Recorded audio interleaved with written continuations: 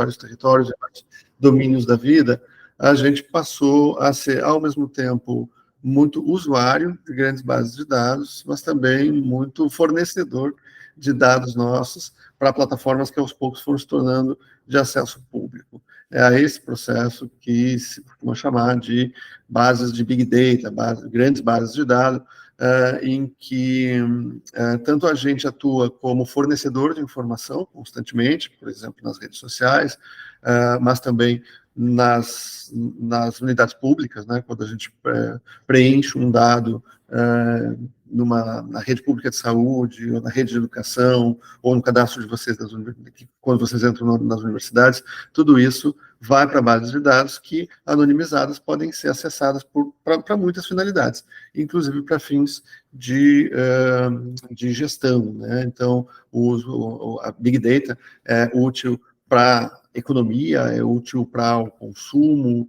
é útil para pesquisa e é útil também para a gestão. Posso lhes mostrar, por exemplo, aqui, não vou abrir esse exemplo, mas posso, deixa eu ver se eu achar o cursor aqui, eu consigo fazer isso. Agora sim, pronto. Aqui, nesse link que eu boto no chat, vocês têm, por exemplo, um exemplo de Big Data usada para gestão. Esse portal, chamado Observatório da UFSC, é um portal de dados da universidade. Se vocês clicarem ali em painéis de indicadores, vocês vão ver todo um conjunto de dados que foram fornecidos, alguns deles foram fornecidos por vocês, no momento da matrícula, ou no momento do vestibular. Os pesquisadores, por exemplo, quando preenchem um SIGPEX, alimentam os dados que vão estar na base de dados de pesquisa, na base de extensão, e aqui a gente usa esses dados todos para tomar decisões ligadas ao cotidiano da universidade. Quando eu preciso saber como é que está evoluindo o ritmo de captação de recursos na universidade, eu entro aqui na base de pesquisa e, então, busco o dado específico que eu quero, sem precisar recorrer a diferentes bases. Quer dizer, esse portal aqui claramente articula diferentes bases de dados para fornecer informação útil para a gestão. Então, dei um exemplo de uso de Big Data, entre os muitos que a gente tem, mas o que nos interessa aqui é especialmente o uso para pesquisa. Eu diria que o domínio das ciências sociais é um dos que mais tem utilizado bases de Big Data para suas pesquisas, para entender o modo de funcionamento das sociedades contemporâneas, e também desenvolvendo novos métodos para produzir essas interpretações. E isso acontece porque a gente já tinha, acho que, uma boa base empírica, uma boa experiência empírica anterior de lidar com bases de dados. Acho que a sociologia quantitativa, baseada em pesquisa amostral, cria, né, uma história, uma base importante para o que a gente pode usar agora, e mesmo na pesquisa quantitativa clássica, a gente passou a ter acesso a bases completas de Big Data. Posso lhes dizer, por exemplo, no caso do IBGE. Durante muito tempo, nós, como pesquisadores, usávamos os dados do IBGE já processados pelo IBGE. Mas agora, acho que de 10, 15 anos para cá, o IBGE nos permite ter acesso aos metadados, ou às bases de dados inteiras das pesquisas que eles utilizam. Então, mais frequentemente, a cada trimestre, por exemplo, eles fornecem o acesso às bases de dados da Pesquisa Nacional para Amostra de Domicílios Contínua. E agora, a partir de fevereiro do ano que vem, eles vão fornecer o acesso aos microdados do censo de 2022. Eu e muitos pesquisadores no Brasil todo estamos muito ansiosos por ter acesso às bases do censo, porque elas vão nos permitir ter o uso que a gente quer dos dados colhidos pelo IBGE. Também vou clicar aqui, dar um outro link para vocês, para contar um outro exemplo desse tipo de uso de dados. Nesse livro que eu acabei de lançar, em maio, Viver por Conta Própria, a gente faz um uso dos microdados do IBGE para fazer uma interpretação interseccional das desigualdades entrecruzadas de raça, gênero, classe e desigualdades regionais no trabalho por conta própria. A gente isolou nos microdados da PNAD contínua do terceiro trimestre de 2019 a parcela de mais ou menos 25 milhões de trabalhadores por conta própria que atuam no setor urbano no Brasil. Fizemos esse filtro e aí baixamos os dados e aplicamos em R, a linguagem que se utiliza para lidar com os microdados do IBGE, aplicamos em R todo um conjunto de entrecruzamentos que nos permitiu ter uma visualização gráfica das desigualdades combinadas em gráficos de quadrantes. A gente pensou gráficos de quadrantes em que a gente distribui neles ali homens e mulheres, negros e brancos, né, divididos nesses 4 grupos. Então, a gente passa a ter 4 grandes quadrantes: homens brancos, mulheres brancas, homens negros e mulheres negras, e a gente consegue enxergar nesses quadrantes a distribuição das atividades por conta própria, tanto aquelas mais generificadas quanto as menos generificadas, e depois distribuir dentro disso as diferentes faixas de renda. Isso permitiu um tipo de visualização única dos dados dessa profissão, desse segmento da classe trabalhadora, que nos permite enxergar que, em quase a totalidade das 30 ocupações que a gente investigou no trabalho por conta própria ali, se dá mais ou menos o mesmo movimento. As pessoas que têm menor renda são as mulheres negras, e as pessoas que têm maior renda são os homens brancos, havendo distribuições diferentes de mulheres brancas e homens brancos, dependendo do tipo de atividade profissional. É muito interessante o dado, porque nos permitiu olhar, por exemplo, para as diferenças entre profissões liberais e profissões manuais, para diferenças entre profissões generificadas, no caso, por exemplo, de caminhoneiros para homens, no caso de profissionais de beleza para mulheres, por exemplo. Então, deu para enxergar essa diferença nitidamente. Nas profissões generificadas, claramente, novamente, também há uma concentração de renda mais baixa entre pessoas negras e de renda mais alta entre pessoas brancas. Isso em 30 ocupações. É um padrão que a gente observou com muita clareza, a partir justamente de um trabalho de mineração dos dados, dos microdados do IBGE. Ou seja, nós fizemos uma coisa com os dados do IBGE que o IBGE nunca tinha feito. E foi bem legal, o resultado está aí, a gente está começando já a trabalhar nos desdobramentos dessa pesquisa, e o livro é gratuito, então vocês podem ver os 80 gráficos que a gente fez para mostrar isso que a gente está falando, tanto no quadro nacional quanto no caso de cada uma das 5 grandes regiões do Brasil. Então, avançando um pouco mais conceitualmente nesses tópicos, assim, não dá para dizer que há uma definição conceitual sobre o termo Big Data e seus diferentes usos na comunicação, na sociologia, na antropologia, nas humanidades em geral, nas ciências sociais aplicadas. Então, há diferenças com relação ao uso, com relação ao contexto, porque, por exemplo, a pesquisa pública é diferente ou lida diferente com Big Data do que os usos das empresas comerciais. Também tem diferenças conceituais envolvendo as disciplinas. TI trata Big Data diferente de outras ciências, mas uma caracterização básica, ainda que incompleta, pode definir como big, como grandes, os dados cujo processamento e armazenamento excedem as capacidades das ferramentas convencionais que gerenciam bancos de dados, sendo necessário o uso de instrumentos informáticos sofisticados, frequentemente setados ou configurados no nível do caso a caso. Então, aqui aparece já uma primeira característica e muito importante das pesquisas de Big Data, que é a necessária multidisciplinaridade. Muito raramente a gente vai poder usar mecanismos, instrumentos de pesquisa que estão disponíveis e que todo mundo conhece. Mesmo no campo da sociologia, a gente já está acostumado a fazer pesquisa quantitativa e tal, mas, por exemplo, o número de pesquisadores que conhecem R, é uma linguagem super comum para fazer pesquisa de Big Data, é relativamente pequeno. Então, a gente não recebe a formação em R. Até tem muitos cursos de R na universidade, mas são usados, são cursados por gente de outras disciplinas mais. Então, muito frequentemente nessas pesquisas, você precisa se socorrer de pesquisadores de outras áreas. E isso é bom, porque promove um tipo de multidisciplinaridade que a gente está bem pouco acostumado ainda. Não posso falar isso do domínio da pesquisa da professora Márcia Grisotti, que é, por definição, multidisciplinar. A professora Márcia faz pesquisa dialogando com pessoas da área da saúde, mas também de áreas técnicas há muitos anos, e conhece super desafios epistemológicos da pesquisa multidisciplinar.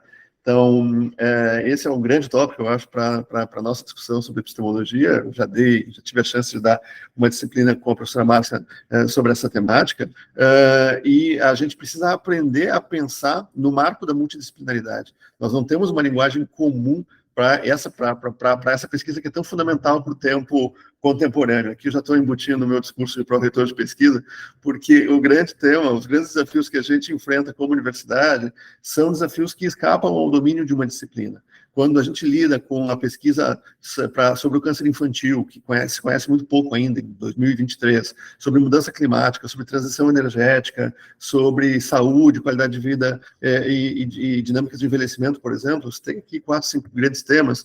Para tudo isso, precisa de conhecimento multidisciplinar, senão a gente não vai avançar substancialmente. O exemplo que eu sempre dou é o exemplo da vacina. Nós estamos aqui cooperando com o UFMG para fazer mais uma vacina bivalente ali, e vai ser ótimo quando a gente tiver criado, mas e se as pessoas não quiserem se vacinar? Entende? Esse é um problema super comum, entende? Então, os sociólogos, os antropólogos, os psicólogos têm que dialogar com os caras que estão fazendo as vacinas para a gente poder entender o problema mais amplamente, né? Para além da especialidade que leva o cara lá no laboratório de virologia aplicada a desenvolver uma vacina e tal. Então, no caso da pesquisa com Big Data, a própria multidisciplinaridade das equipes convida a esse diálogo. E é muito interessante, essa é uma das coisas que eu posso dizer, já baseado na minha experiência, tanto na experiência que eu estou tendo agora, enxergando a pesquisa da universidade mais amplamente, quanto na experiência empírica de pesquisa. A primeira grande coisa é que os cientistas conversam muito bem entre si.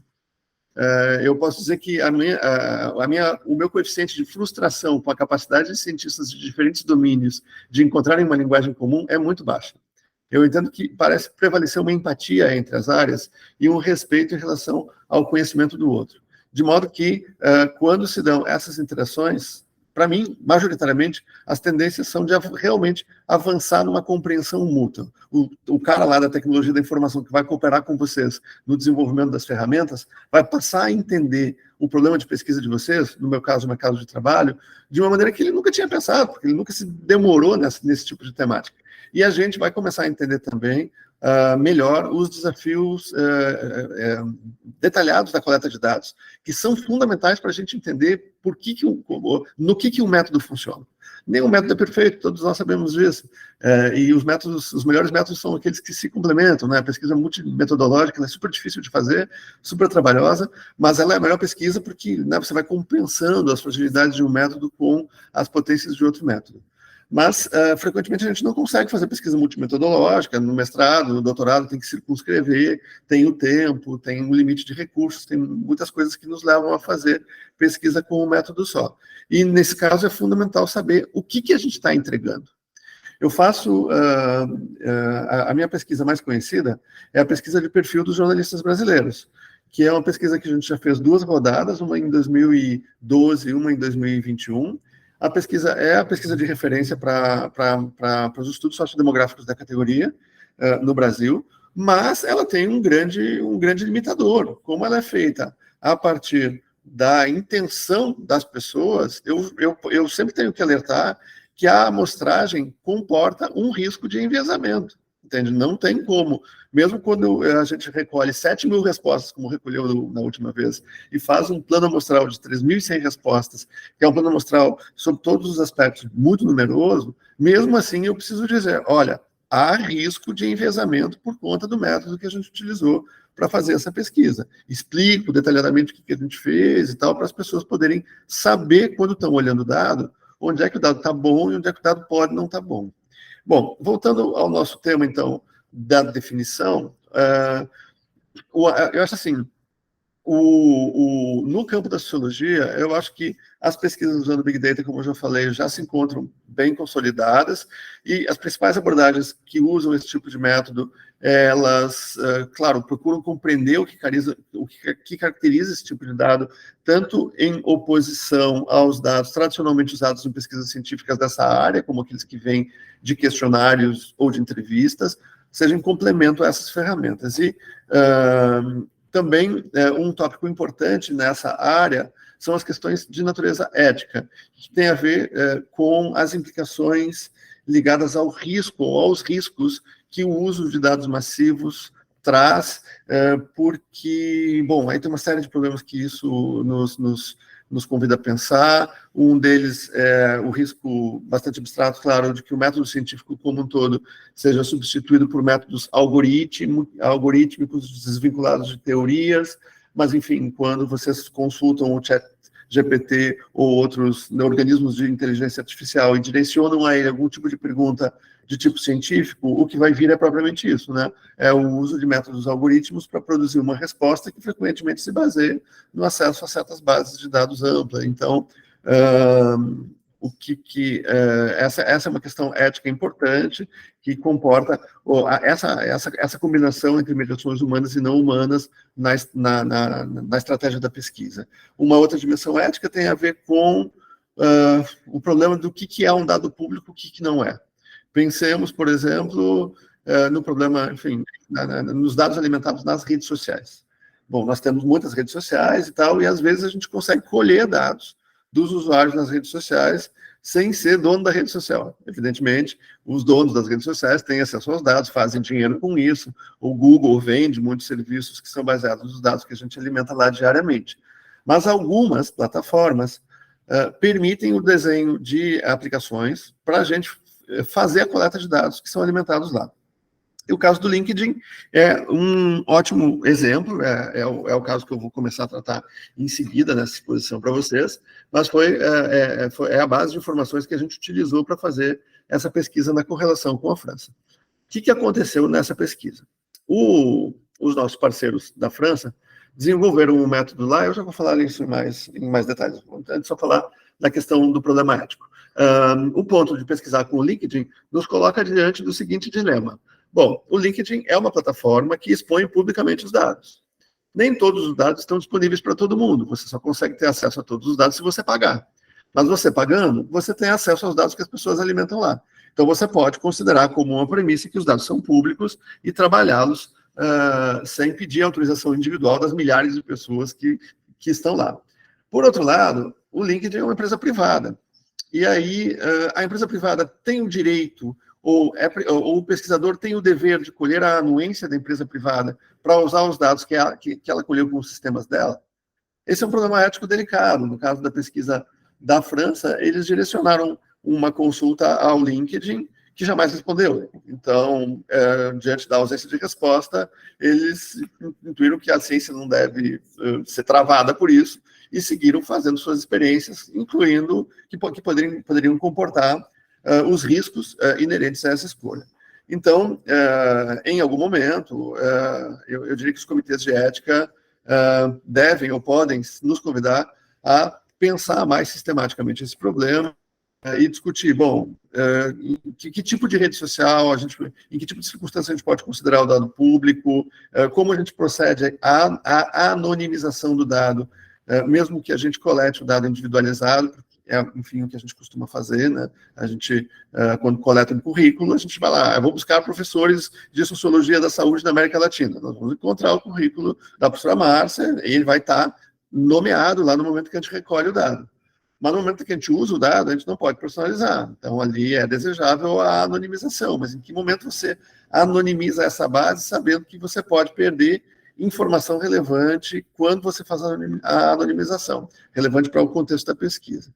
Então, enfim, essas são implicações éticas que ainda, como um método, digamos, relativamente novo, ainda não estão consolidadas no nosso campo e são objeto de frequente discussão. Eu levei esse tema para o Comitê de Pesquisa de Ocupações e Profissões da Sociedade Brasileira de Sociologia, lá no nosso congresso em Belém, recentemente. Aliás, estava na sala do lado da professora Márcia, se não tivemos tempo de conversar.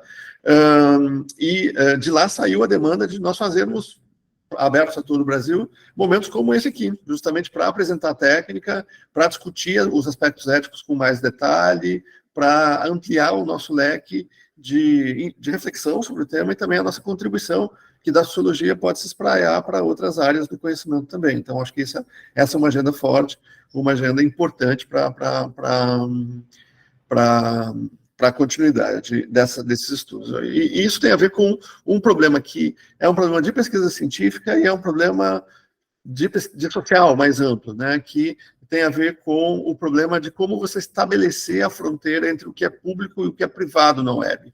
Ou seja, qual é o limite para a proteção à privacidade dos sujeitos envolvidos. Então, um aspecto que interfere bastante nisso é a legislação. Muitos países aprovaram nos últimos anos leis de proteção de dados que reconhecem, ao mesmo tempo que reconhecem o direito das pessoas à privacidade do dado, também reconhecem a legitimidade de se ter acesso a dado para pesquisa, a importância disso para a pesquisa social. E aí estabelece as fronteiras, né, as condições para permitir o acesso e a manipulação de dados pessoais para fins de pesquisa científica, desde que obedecidos, então, esses limites e condições. Mas nem todas as bases de Big Data se enquadram necessariamente no escopo do que as leis de proteção de dados conseguem abarcar. É difícil, por exemplo, afirmar se essas informações que estão nos perfis de rede social, que a gente pode colher por algum tipo de aplicativo ou mesmo manualmente, constituem dados pessoais da mesma maneira que as respostas que eles dão ao entrevistador da PNAD contínuo, entende? Então,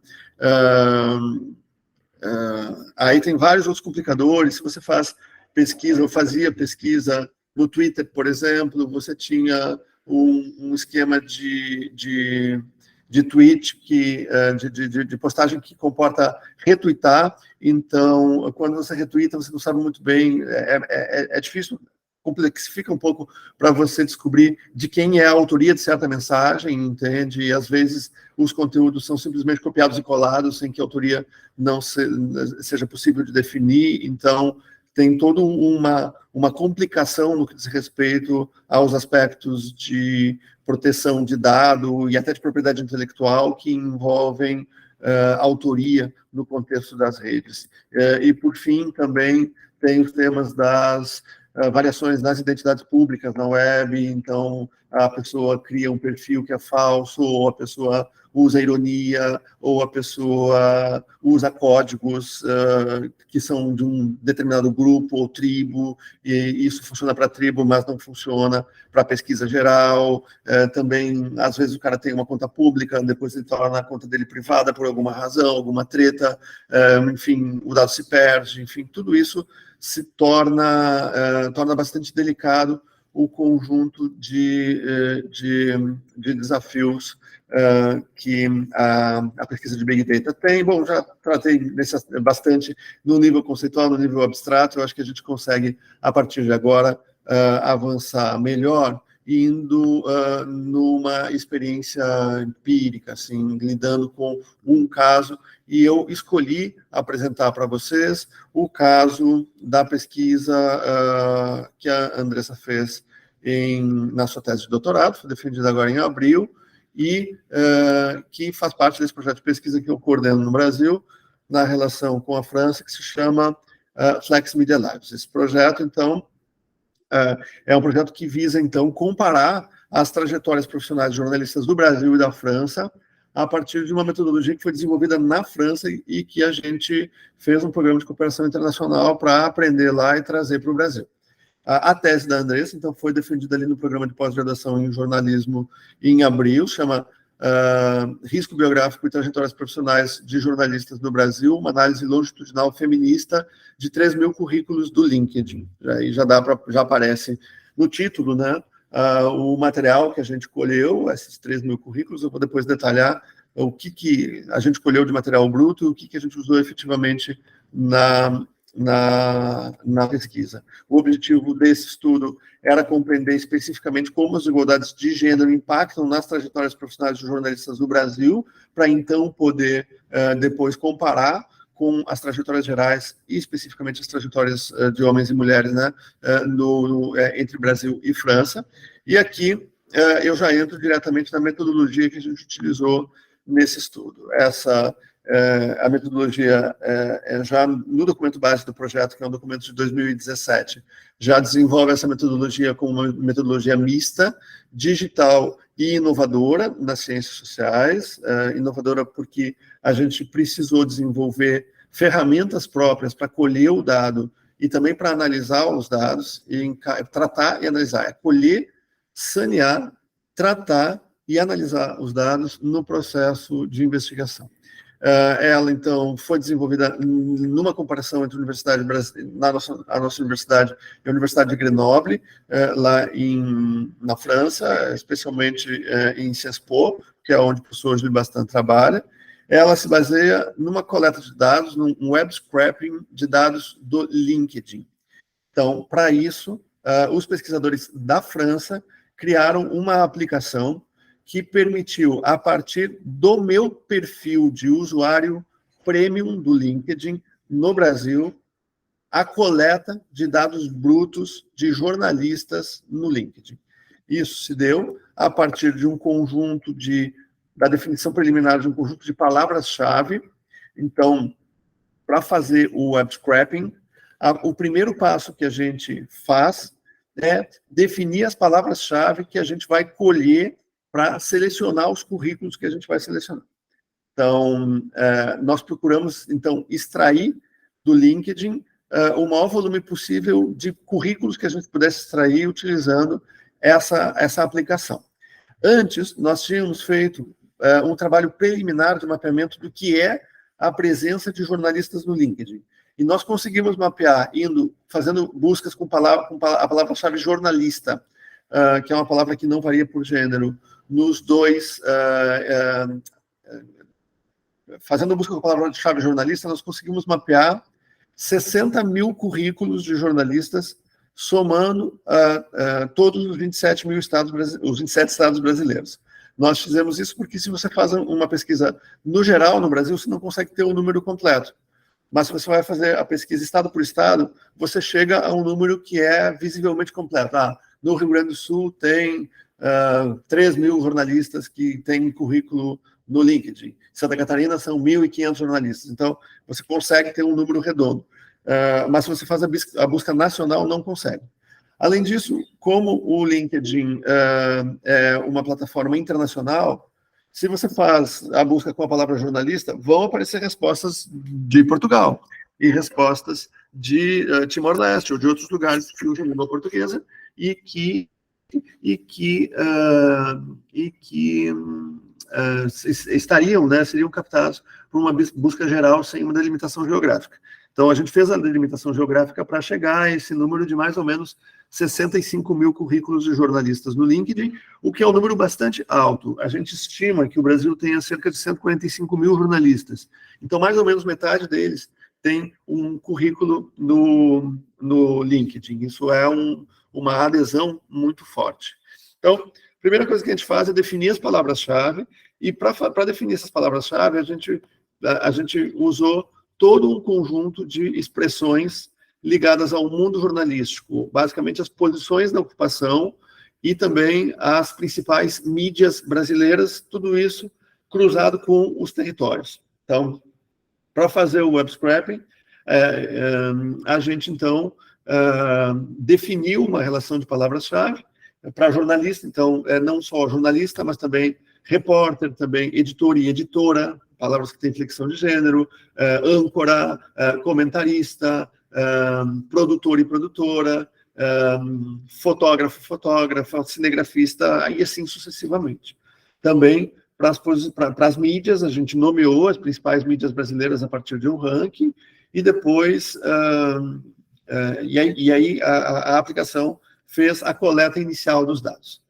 Vieram 10 mil dados, depois eu vou explicar como se fez a recodificação, mas a gente fez, essa coleta inicial trouxe 10 mil currículos e a gente sabia que esses currículos não eram necessariamente de jornalistas. Aí a gente precisou fazer um trabalho de saneamento da base de dados para poder recodificá-la e então fazer a pesquisa. Então, coleta, limpeza ou saneamento, tratamento e análise de dados. E a análise, a gente utilizou a linguagem R, utilizando um pacote que facilita o uso, que é um pacote chamado Traminer. É um nome curioso, tem até uma uva que tem esse nome.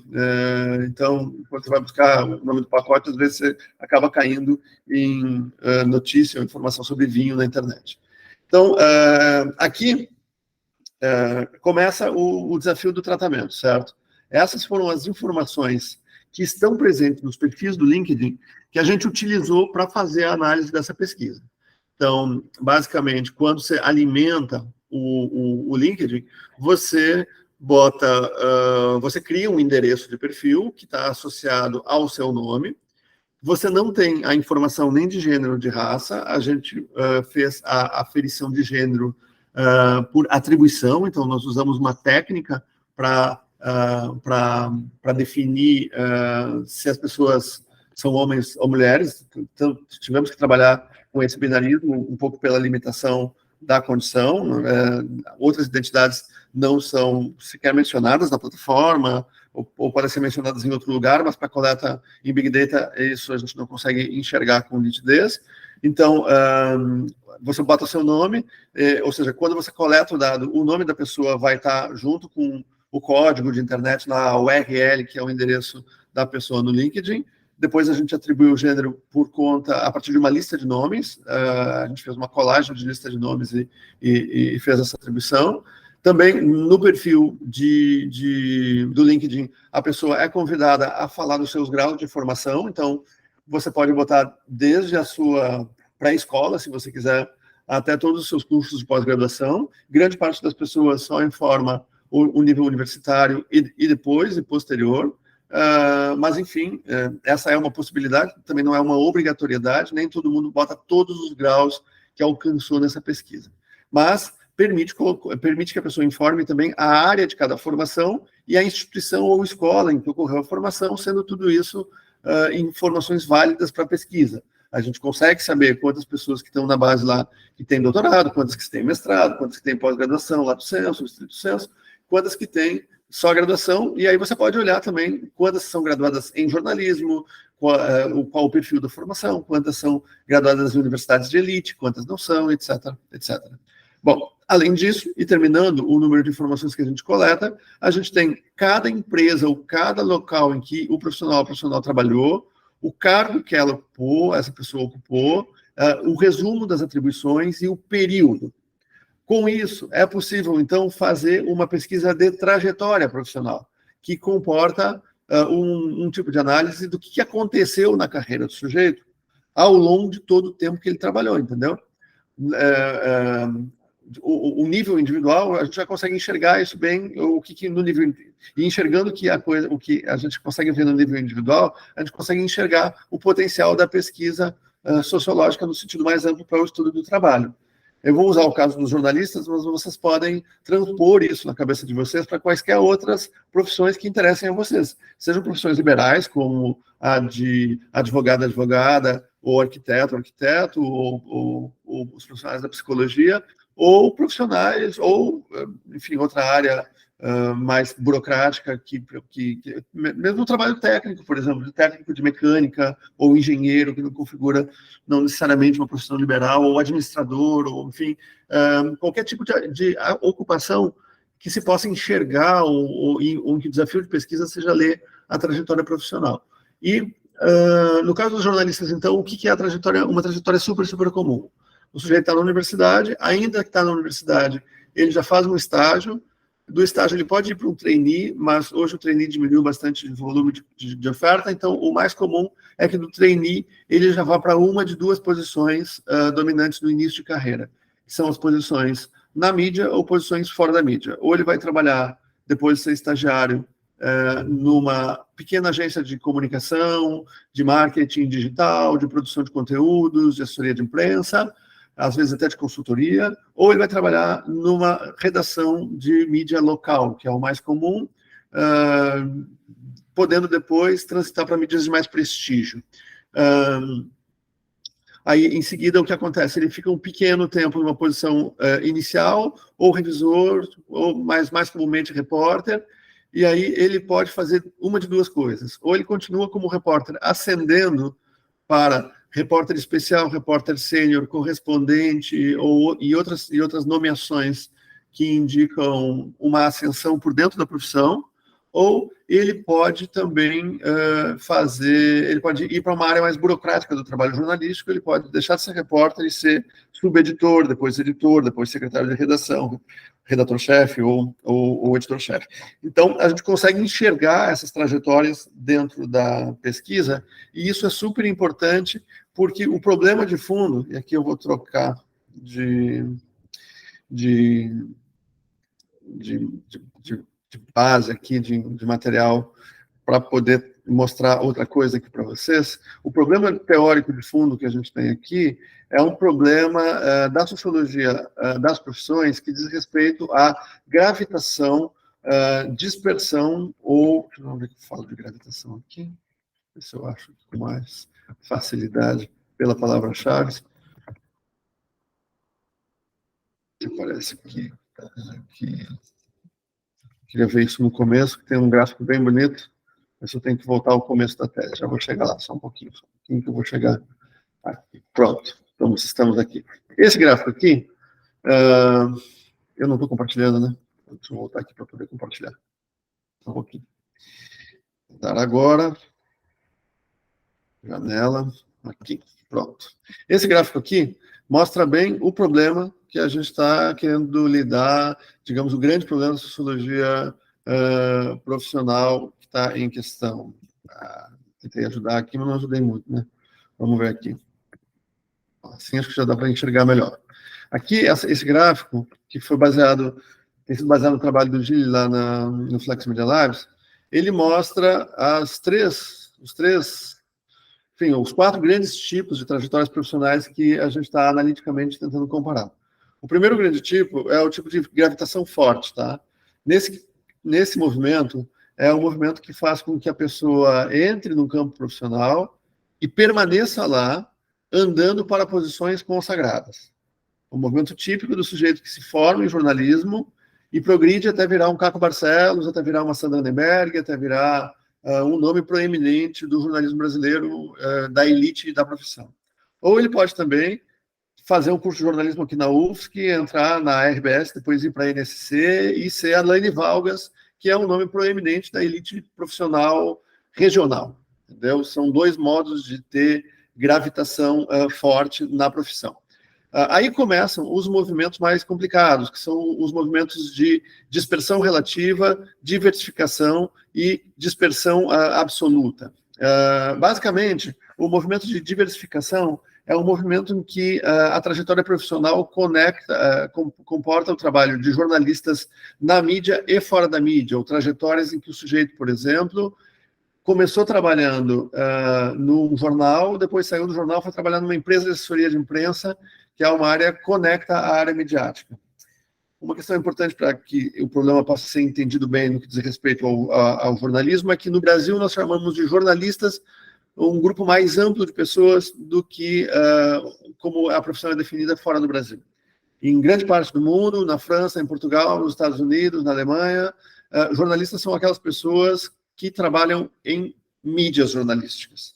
No Brasil, a definição é mais larga, comporta o trabalho em mídias jornalísticas e também todo tipo de trabalho jornalístico fora das mídias. Então, quem trabalha em produtoras de cinema ou de TV, em produtoras de conteúdo, em todo tipo de agência e organização de assessoria, e até quem faz o ensino de jornalismo é considerado jornalista no Brasil. Então, para mitigar essa particularidade e para permitir a comparabilidade dos dados, internacional, sobretudo, nessa pesquisa nós só chamamos de jornalista quem trabalha nas mídias, tá? Então, foi uma escolha, e então, toda a parcela de jornalistas que nunca trabalhou numa mídia jornalística não está presente na base da pesquisa da Andressa. Toda a parcela de jornalistas que foi professor de jornalismo e nunca trabalhou em mídia também não está presente lá. Mas estão presentes, sim, essas trajetórias de pessoas que trabalharam em mídia e continuaram nas mídias, de pessoas que trabalharam nas mídias e se afastaram das mídias, mas continuando em áreas conectas com a do jornalismo, utilizando conhecimento jornalístico. E o terceiro grande movimento é o movimento de dispersão absoluta, que é quando as pessoas saem completamente de qualquer coisa que tenha a ver com a atividade profissional dos jornalistas. Há 2 momentos em que isso acontece com mais força no jornalismo brasileiro. O primeiro momento é logo depois que a pessoa se forma. A pessoa se forma com um diploma, não consegue encontrar um espaço de entrada no mercado e vai fazer outra coisa. Ou vai fazer outra coisa porque não quer entrar no mercado profissional de jornalista. Tem gente que faz jornalismo porque quer ter um diploma,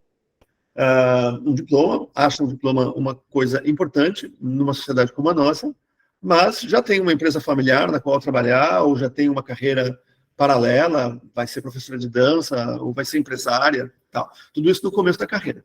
E o segundo movimento é um movimento quando a pessoa já está depois de 10, 15 anos de carreira, e que ela já conhece bem a profissão e começa a duvidar da dificuldade ou da capacidade dela prosperar na profissão. Então, eu costumo dizer que o jornalismo é uma profissão marcada por uma dualidade estrutural muito forte, que é uma dualidade que tem uma pequena parcela da categoria, contada em menos de 1.000 pessoas, que são a elite profissional. Mas essa elite profissional tem uma enorme visibilidade. Então, todo mundo conhece o Caco Barcelos, a Sandra Nemberg, o William Bonner, só que as pessoas efetivamente têm boa remuneração, boa condição de trabalho e ampla autonomia. Só que a maior parte da categoria vive em condições de trabalho precárias, com baixa remuneração e com escassa autonomia.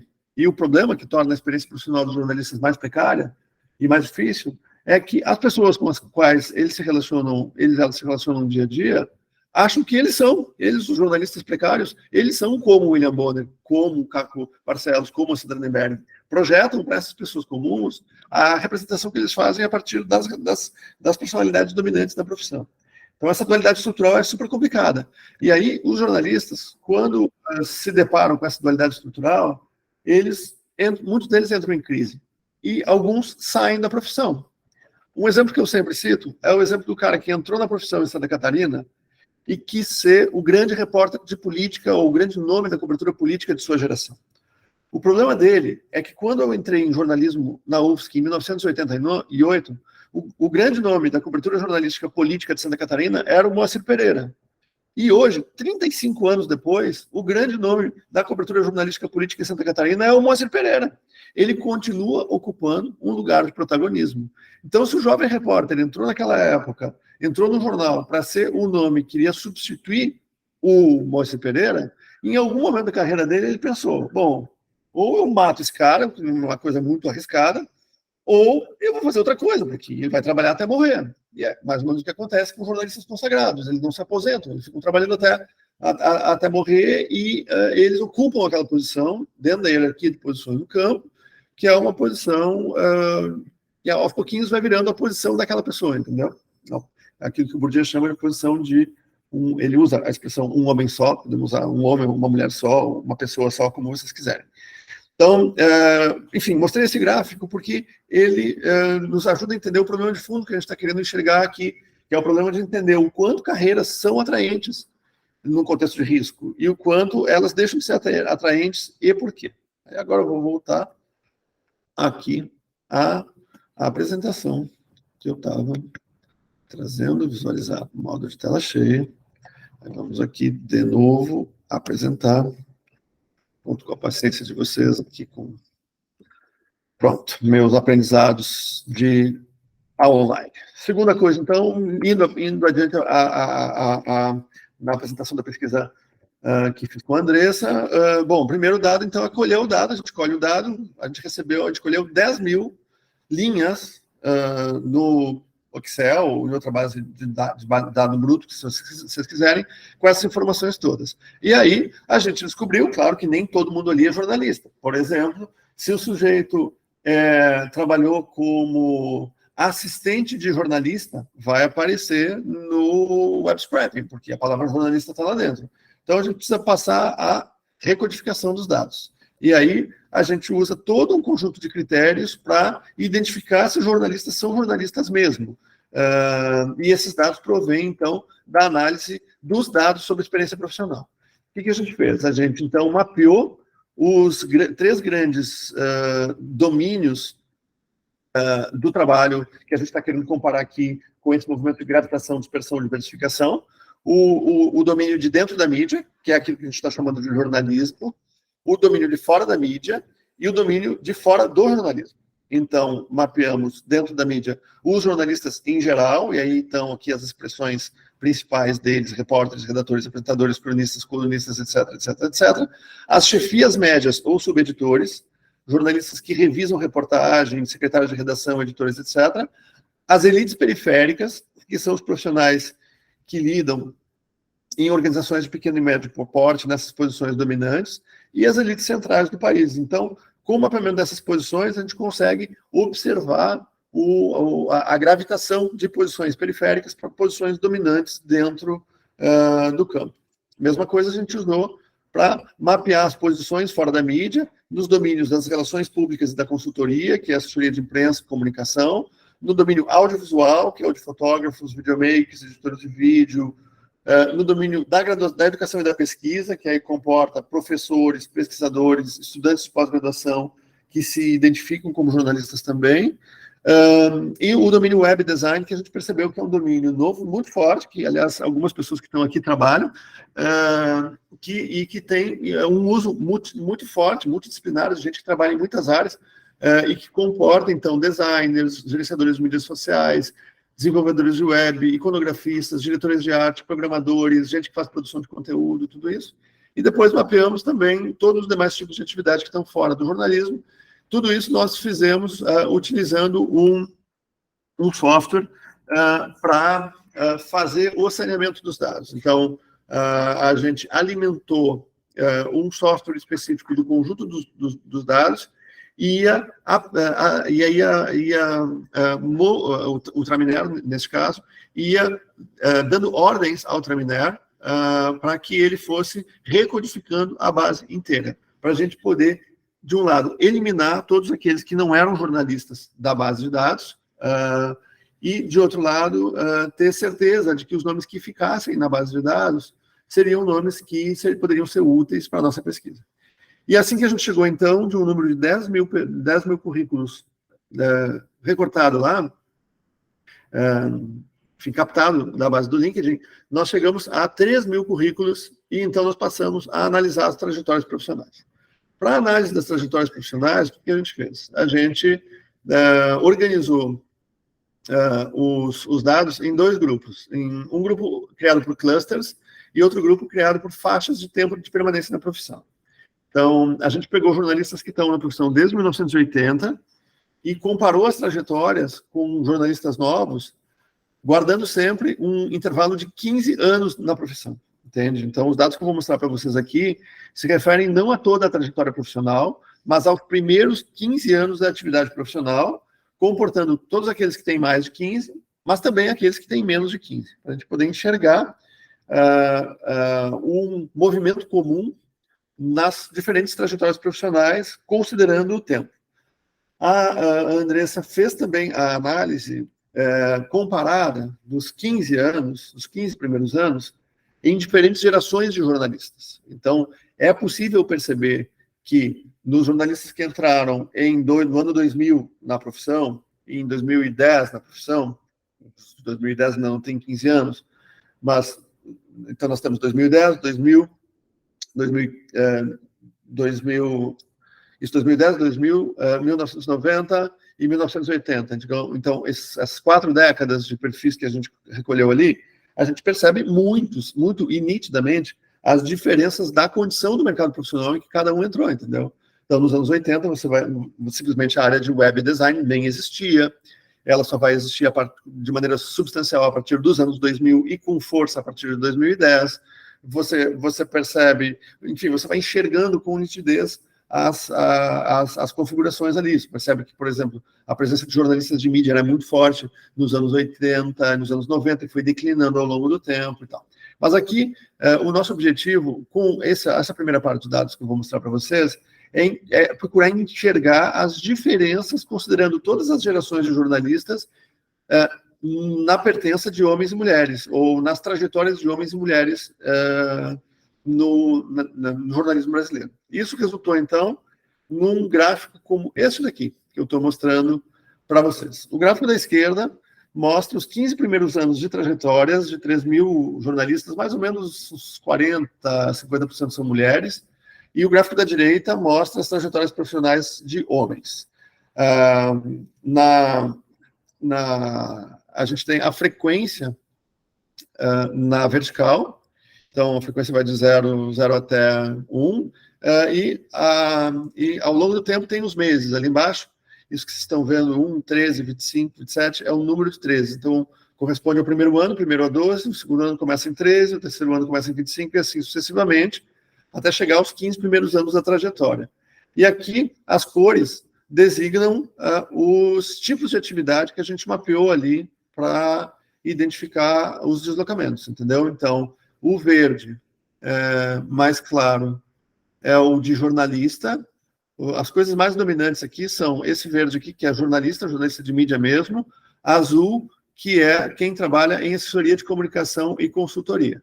Então, a linha amarela é a das elites regionais. Essa linha aqui é a linha laranja é a linha de audiovisual, a linha vermelha é de elites centrais, e o que mais que temos aqui? Temos o audiovisual, já falei, o verde é a linha de educação e consultoria, o laranja é a linha de web design, e esse amplo bloco cinza é a linha de outros. O que esse dado nos demonstra, olhando assim para comparar as trajetórias de homens e mulheres, o que a gente consegue enxergar aqui com nitidez? Bom, algumas diferenças que o gráfico já nos mostra. A primeira e principal diferença é que as carreiras das mulheres são mais acidentadas do que as carreiras dos homens. A gente está vendo aqui que o gráfico da esquerda, ele vibra muito mais. Cada vez que ele pula e que as linhas vão subindo e descendo, isso está indicando um deslocamento das pessoas entre os diferentes tipos de atividade profissional. Então, fica claro que as carreiras, as trajetórias das mulheres são mais acidentadas do que as trajetórias dos homens. Fica claro também que as trajetórias das mulheres são coerentes com o que a gente já identificou na categoria, que a categoria viveu um processo de feminilização nesses anos todos, então a categoria já é majoritariamente feminina, então há uma propensão maior das mulheres de entrarem na carreira no trabalho de jornalista de mídia, essa faixa verde, mais do que os homens, inclusive. Os homens tendendo a entrar em outras atividades mais do que na atividade de mídia jornalística. É uma diferença pequena, mas expressiva aqui. E isso continua até o fim do processo, compreendem? Notem que até o fim, a presença média de mulheres nos 15 primeiros anos de carreira é maior no jornalismo de mídia do que a dos homens. E ela é maior também no jornalismo nas atividades de assessoria e de consultoria. Tem uma presença maior ali ao longo de todo o tempo, isso é parcialmente explicado pelo maior volume de mulheres na profissão, mas também é parcialmente explicado pela maior diversidade da presença de homens no conjunto que a gente está examinando aqui. Aí, assim, há algumas atividades que são claramente generificadas. A gente nota, por exemplo, que na área de web design, que é a área rosinha que está aqui em cima, tá? Essa área é uma área muito claramente dominada por homens e muito menos frequente dominada por mulheres e dominada mais no começo da carreira do que no final da trajetória. Isso também é, em parte, explicado pela feminização da profissão no período mais recente, né? As tendências aparecendo mais no início da carreira aqui. E outra coisa que aparece com muita nitidez aqui é a generificação do acesso às posições dominantes. Notem que a espessura da linha amarela e a espessura da linha vermelha, as espessuras são maiores no quadrante masculino que no quadrante feminino, indicando que, de fato, há uma desigualdade no acesso entre homens e mulheres a posições dominantes dentro do campo. Além disso, dá para ver que a linha vermelha começa muito mais cedo para os homens do que para as mulheres, ou seja, as mulheres precisam gamar muito mais tempo na profissão para chegar a uma posição dominante, muito mais tempo do que os homens.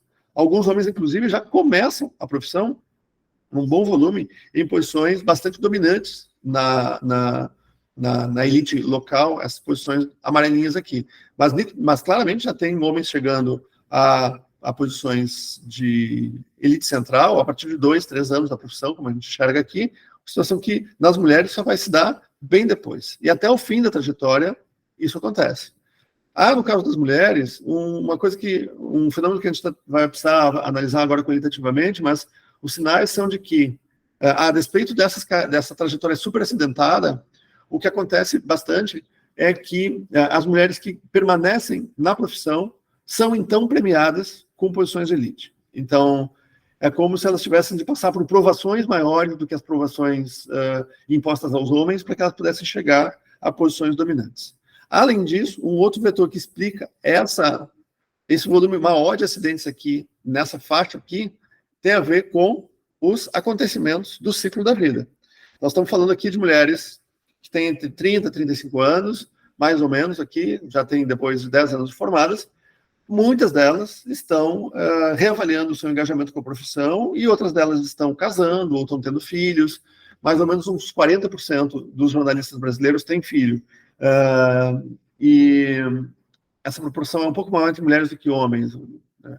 Há mais jornalistas brasileiros sem filhos do que mulheres jornalistas sem filhos. E isso aqui também explica um pouquinho esse acidente depois da faixa dos 10 anos.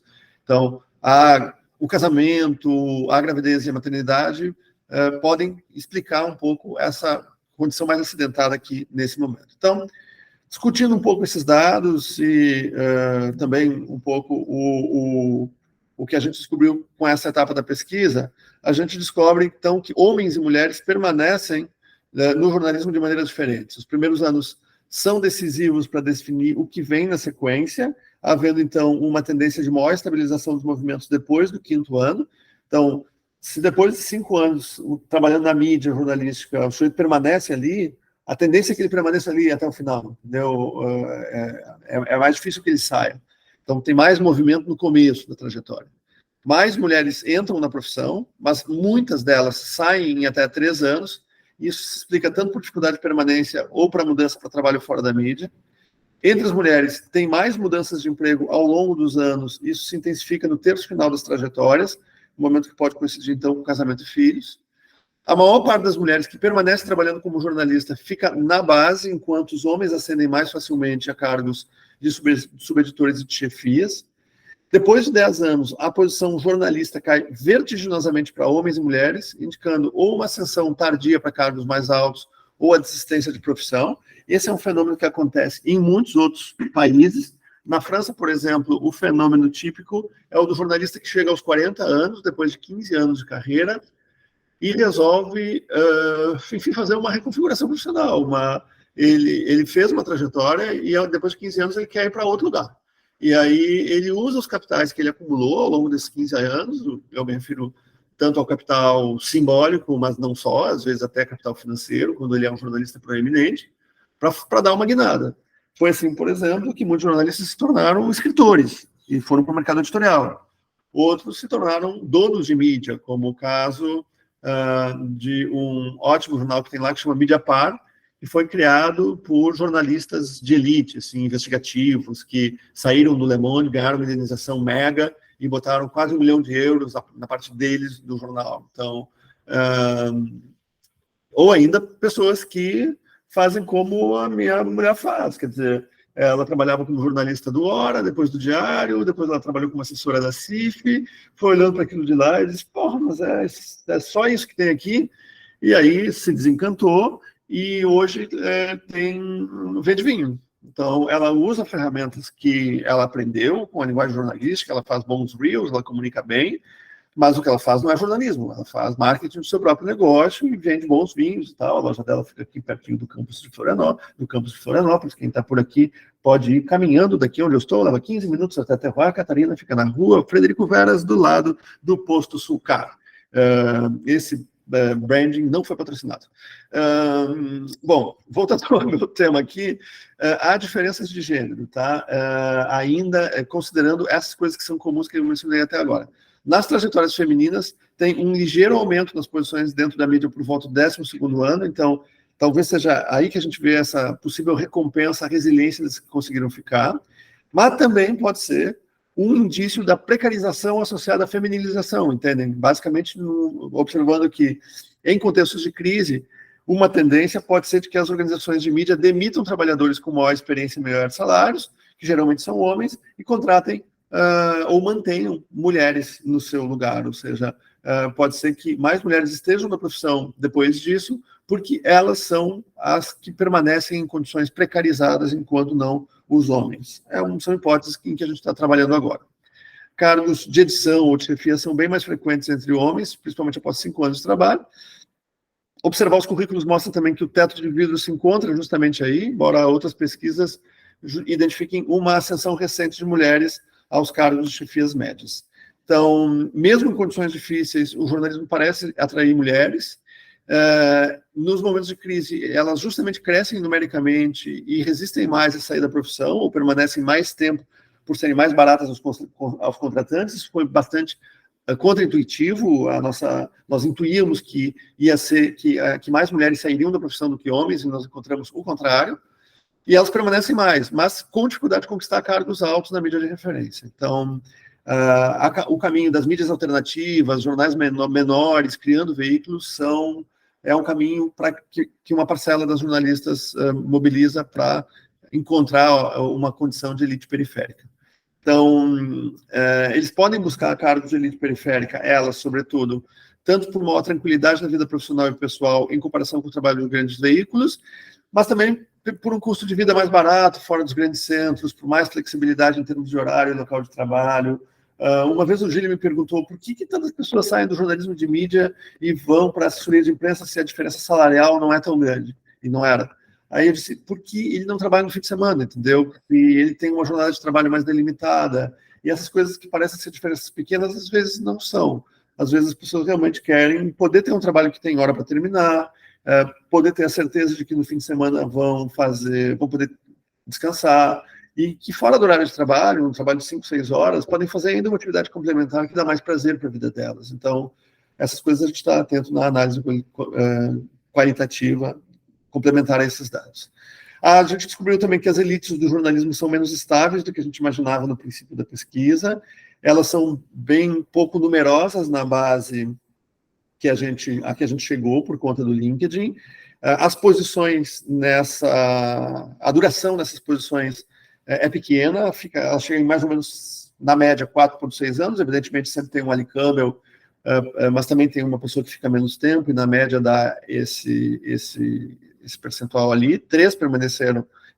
Essa média, 3 permaneceram em cargos por mais de 10 anos, 5 desses 19 da base ocuparam mais de um cargo de chefia durante a trajetória, e tudo isso demonstra ou comprova aquilo que era a nossa hipótese inicial, baseada na ideia de dualidade estrutural da profissão, a hipótese de que a profissão tem baixa força gravitacional no mundo, ou seja, o mundo do trabalho dos jornalistas tem poucas posições de elite dominantes que são capazes de atrair e manter os profissionais por um longo tempo. A discrepância de gênero é bem forte nessas 19 posições de elite. A gente encontrou 12 homens, 6 mulheres e um que não foi possível identificar. E isso reflete a estrutura masculinista, patriarcal e mesmo familiar no jornalismo no Brasil. A gente encontrou essa genderificação na migração para atividades fora da mídia, graças a esses dados. As assessorias e mais cargos relacionados à área de relações públicas são claramente mais ocupados por mulheres, mas as áreas de audiovisual e web design são áreas mais masculinas.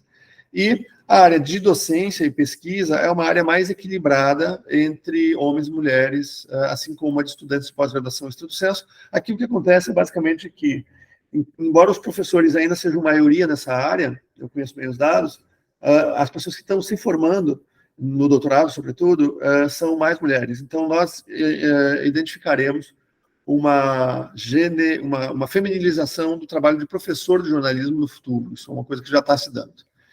Analisando o problema da dispersão, qual é o gênero de quem sai da profissão, é a pergunta. A gente constata, então, que os homens têm atividade fora do jornalismo com um pouco mais de frequência. A diferença é pequena, mas nós esperávamos que a diferença fosse, sobretudo, maior nas mulheres. Então, isso realmente nos surpreendeu. O que marca a desigualdade entre os gêneros, esse é um tópico bem interessante, são as causas do abandono da profissão. Que aqui, hipoteticamente, a gente está mapeando entre as mulheres como as razões ligadas à vida pessoal, como maternidade, outras atividades de cuidado, que aparecem com mais frequência do que no discurso dos homens. E aqui, claro, o que a gente está fazendo é utilizando outras pesquisas para interpretar os dados quantitativos que não nos dizem nada a respeito disso. Então, a gente tem que recorrer a outras pesquisas para tentar chegar a explicações sobre esse tema. Indo para o fim, então, qual é a última coisa que eu posso dizer em relação a essa pesquisa? É que olhar para as trajetórias profissionais de jornalistas, aqui já falando de jornalistas mulheres, né? E olhar essas transformações sob uma ótica feminista significa entender as desigualdades de gênero e também de raça e classe, não como um problema adicional para a profissão, mas como uma questão que estrutura todos os demais problemas, ou seja, não a única questão, mas uma questão que estrutura um feixe de tópicos centrais para análise da profissão. A gente destaca, então, essa ligação direta percebida entre precarização e feminização do jornalismo como uma chave para entender o mundo do trabalho de jornalistas no Brasil. E com isso eu constato que é muito melhor poder fazer essa apresentação despacito, assim, lentamente, né, conversando com vocês, do que lá no Congresso. Lá eu tive 10 minutos para apresentar um trabalho que aqui eu levei 45 para expor com mais detalhe ou mais cuidado. Eu quero agora terminar a minha fala, antes de partir para as interlocuções com vocês, mostrando só um último aproveitamento desse tipo de pesquisa, ainda na tese da Andressa, que envolve, digamos, um segundo tipo de técnica que a gente utilizou para fazer o tratamento dos dados. Ali, a gente trabalhou com os 15 primeiros anos de profissão, mapeadas por gênero, mas a gente trabalhou também de outra maneira. Eu vou tentar diminuir aqui para poder mostrar tudo junto para vocês, depois eu aproximo. Deixa eu só, por favor. Vou localizar direito aqui no meio da tela. Pronto, agora já vou compartilhar com vocês novamente isso. Vou mostrar aqui um conjunto de dados que a gente obteve usando outra técnica de tratamento de dados. Aqui a gente pediu para o Traminer, o software de R, gerar clusters com os tipos principais de trajetória que ele podia automaticamente identificar no conjunto das bases de dados, entendeu? Aí você programa o software para extrair trajetórias que se aproximam. Então, você pode, a partir do gráfico, ler e construir um tipo ideal da trajetória profissional dentro da categoria, a partir do dado quantitativo que o software te oferece. E, então, o software nos ofereceu 6 clusters que correspondem, então, a 6 tipos ideais de trajetórias no trabalho de jornalistas no Brasil. O primeiro tipo, aqui não é generificado, que comporta homens e mulheres, mas aqui, então, o primeiro tipo é o tipo de quem trabalha, sobretudo, em assessoria de imprensa, dominantemente com esse grupo azul. O segundo tipo é o grupo dominado pela pertença a elites locais, esse grupo amarelo. O grupo 3 é o grupo de jornalistas de mídia, que é o mais homogêneo de todos, o menos acidentado, digamos assim. O grupo 4, que é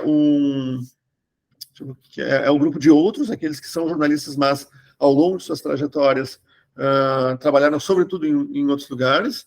O grupo 5, que é o grupo de elites, acho que é esse aqui, que é o grupo de elites periféricas, e o tipo 2 é um grupo mais misto, mais variado, mas esse tipo 5 aqui é o grupo das elites periféricas. Depois eu vou checar item a item ali para falar com vocês. E o grupo 6, que é o bem homogêneo, a gente consegue enxergar aqui o grupo de elites, não é o grupo de elites centrais, que é vermelho, o grupo de audiovisual, exato. O grupo de audiovisual também é um grupo bastante homogêneo. Então, com base nesses desenhos, ela elaborou na tese 6 tipos ideais de jornalistas que atuam com trajetórias como essa daqui. Então, o caso do grupo de outros daqui, do tipo 4, a gente consegue enxergar bem nitidamente na representação o movimento que o movimento que eu estava tratando aqui, ou seja, tem uma parcela grande de jornalistas, então aqui, ó, que já começa no grupo outro, no começo da trajetória, entendeu? Então, o curioso desse desenho aqui é que uma parte das pessoas que ao longo do tempo tem uma trajetória anterior e longa até de engajamento profissional fora do jornalismo, em certo momento entra no jornalismo. Isso é um tópico interessante, é um fenômeno novo que a gente nunca tinha enxergado, mas que vale a pena talvez pensar também em estudos qualitativos sobre isso. O que acontece com pessoas que ficam longo tempo antes de poderem, tendo outras atividades profissionais, antes de entrarem no jornalismo. Esse grupo pode ser, por exemplo, o de jornalistas que atuam, que ficam longo tempo se formando, entendeu? Então, ele se graduou, tem uma atividade em outra área, que não é no jornalismo, vai fazendo mestrado, doutorado, e depois que ele termina o doutorado, depois, então, 6, 7 anos de formação, mais ou menos por aqui, ele começa a buscar em outros engajamentos na profissão. Ele vai trabalhar como consultor, ou dificilmente vai voltar para a redação, pode trabalhar na formação de professores, por exemplo, que é um desenho dessas trajetórias. Então, a Andressa nomeou, eu estou aqui com a tese dela, ela nomeou o tipo 1 como o jornalista que virou relações públicas, o 2 como a miscelânea em que se encontram, ou de onde brotam, as elites, o grupo 3 como os jornalistas que permanecem jornalistas, estamos aqui sempre falando de jornalistas de mídia, o tipo 4 como jornalistas que atuam são esse grupo que eu acabei de falar, o grupo de outros, o tipo 5 como o grupo das elites periféricas, e o tipo 6, o do trabalho no setor audiovisual. De fato, o trabalho no setor audiovisual é um trabalho bem típico, porque os sujeitos já desenvolvem essas vocações na formação de jornalistas ali, e são, então, vocacionados para o trabalho em telejornalismo, por exemplo, desde quando estão na formação. Então, eles, por exemplo, enfim, logo gostam de televisão, aí aprendem a manipular uma câmera, já estudam imagem ou fotografia, o Marcelo pode nos falar sobre isso. Também eles gostam de fazer telejornal, já entram no telejornal laboratório, já brincam de âncora, já saem fazendo reportagem de rua, então tudo isso torna essas vocações para a TV muito precoces no âmbito da formação e contribui para essas trajetórias. O sujeito logo sai, vai trabalhar no cinema, vai ser documentarista, ou vai trabalhar no roteiro de vídeo em produtora, tudo isso que dá uma unidade para aquela trajetória lá. Então, assim, eu quis fazer com essa apresentação um panorama, né, oferecer para vocês um panorama de usos possíveis do Big Data nas trajetórias profissionais, não apenas, então, eu mostrei o que a gente já fez com isso e tudo, mas também mostrei outros usos que a gente já fez desse tema de bases de dados para pesquisa de profissões. Eu queria terminar a minha exposição dizendo que o acesso aos dados se tornou de tal modo relevante para os gestores, inclusive, sobretudo, que eles criaram ferramentas ainda hoje muito pouco utilizadas, notem só. Eu compartilho aqui no chat uma ferramenta muito, muito importante para tudo isso que a gente está discutindo e pouquíssimo utilizada até esse momento. Pouquíssima gente conhece, sequer sabe que existe uma ferramenta chamada dados.gov.br, para onde o governo federal tem feito convergir todo o conjunto de bases de dados da administração pública brasileira. Hoje nós temos 12.179 conjuntos de dados aqui, 125 mil recursos de pesquisa, 240 organizações envolvidas, 25.370 usuários envolvidos nesse processo, e se vocês clicarem no botão amarelo que chama painel de monitoramento dos dados abertos, quando ele funciona, está funcionando nesse momento, ontem, quando eu abri, estava funcionando, vocês podem botar, por exemplo, importar uma palavra-chave do tipo emprego e buscar, e quando vocês buscarem, vão aparecer já as bases de dados e o próprio painel para pesquisa. Quando eu pesquiso dados para pensar o problema do emprego no Brasil, me aparecem 258 conjuntos de dados que podem ser mobilizados para isso. E aí são bases de dados que provêm do BNDES, que mapeia empregados terceirizados lá, do INSS, que tem comunicações de acidentes de trabalho, do Ministério do Trabalho, evidentemente, de outros órgãos de governo que lidam com aspectos do trabalho, como a Secretaria da Economia Solidária, enfim, tem dados fornecidos até pelas Forças Armadas no Brasil em relação a isso. Então, à medida que a gente avançar numa cultura de dados abertos, que é isso que a gente está fazendo agora, articulando os diversos órgãos do governo federal, nós, os pesquisadores, vamos poder dispor de um volume muito, muito maior de dados do que a gente tem utilizado hoje em dia. E, claro, o nosso recurso mais frequente, ou onde a gente tem mais, um volume muito super grande de dados abertos para buscar, solicitar microdados, etc., são os dados disponíveis do IBGE. O IBGE tem ótimas ferramentas para buscar indicadores sobre, enfim, todo o amplo escopo de temática que eles mobilizam. Então, se vocês quiserem usar no futuro, por exemplo, vocês podem começar por perseguir os indicadores no painel de indicadores que o IBGE tem. É uma maneira bem simples de vocês começarem, os que estão, claro, em etapas iniciais de pesquisa, de vocês começarem a lidar com essas temáticas, havendo, então, todo um conjunto de dados sobre desemprego, escolarização, analfabetismo, fecundidade. Vocês vão poder entrar nisso quando quiserem começar a trabalhar num tópico específico que tem a ver com o mundo do trabalho, etc. E, por fim, sempre temos, para lidar com outro domínio ainda, uma outra base, essa é uma base que, claro, a Márcia também já apresentou para vocês, que é o DataSUS, para onde convergem os dados do Sistema Único de Saúde. Ali, a gente tem, claro, vocês podem dizer, não, mas os dados do SUS têm a ver só com saúde. Tem a ver fundamentalmente com saúde, mas a partir dos dados de saúde, vocês conseguem enxergar outras coisas que dizem respeito a outros domínios. O caso dos acidentes de trabalho, por exemplo, é só um bem simples de a gente entender. Então, acho que a melhor coisa que eu posso fazer agora é me conversar, dialogar com você sobre essas ideias que eu apresentei aqui, essa experiência de pesquisa, enfim. Eu poderia, talvez em outro momento, fazer um inventário de técnicas, porque, enfim, tem todo um conjunto de possibilidades para usar, dependendo de cada tipo de base de dados que você tem. Você tem técnicas que você pode utilizar, que são disponíveis online, mas todo um conjunto de softwares que podem usar nessa direção. Um exemplo de Big Data que eu não mencionei aqui, mas que poderia mencionar, são os estudos de estatística textual.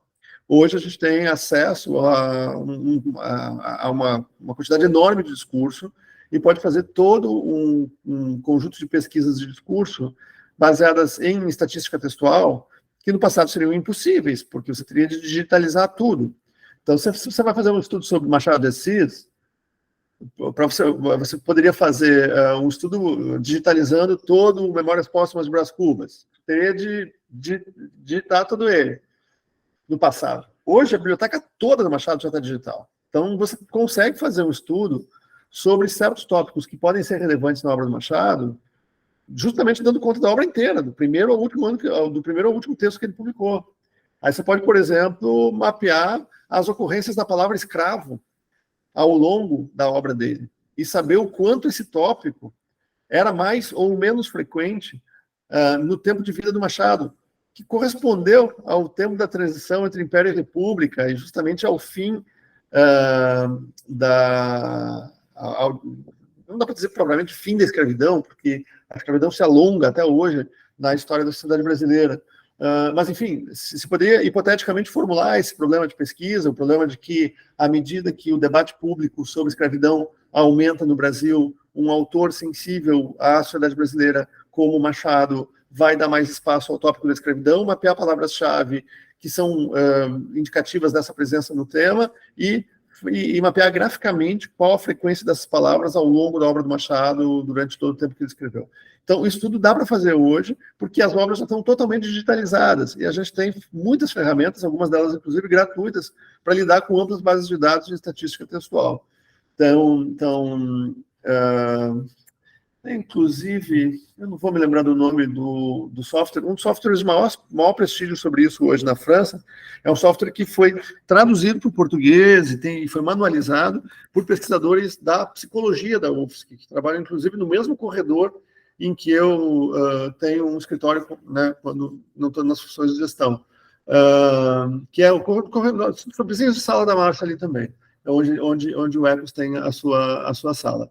aqueles pesquisadores traduziram um importante software de estatística textual da França, não vou me lembrar agora, depois eu me lembro, e eles são os principais responsáveis por popularizar o uso desse tipo de pesquisa no domínio deles, que é o domínio da psicologia, mas que serve para a gente também. Eles fazem psicologia social e psicologia do trabalho, servem para a gente nas nossas investigações sociológicas de muitos tipos. Então, enfim, eu poderia falar de outras coisas sobre Big Data, mas acho que esse panorama já está bom para a gente conversar. Eu imagino que certamente vocês têm dúvidas e podem dirigir perguntas ou problemas de pesquisa que eventualmente poderiam ser respondidos de alguma maneira, né, sempre parcialmente, pelo uso desse tipo de instrumento. Então, fico à disposição de vocês.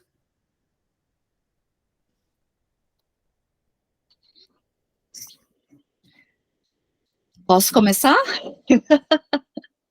Claro, Nancy, por favor. Vou dar o pontapé inicial.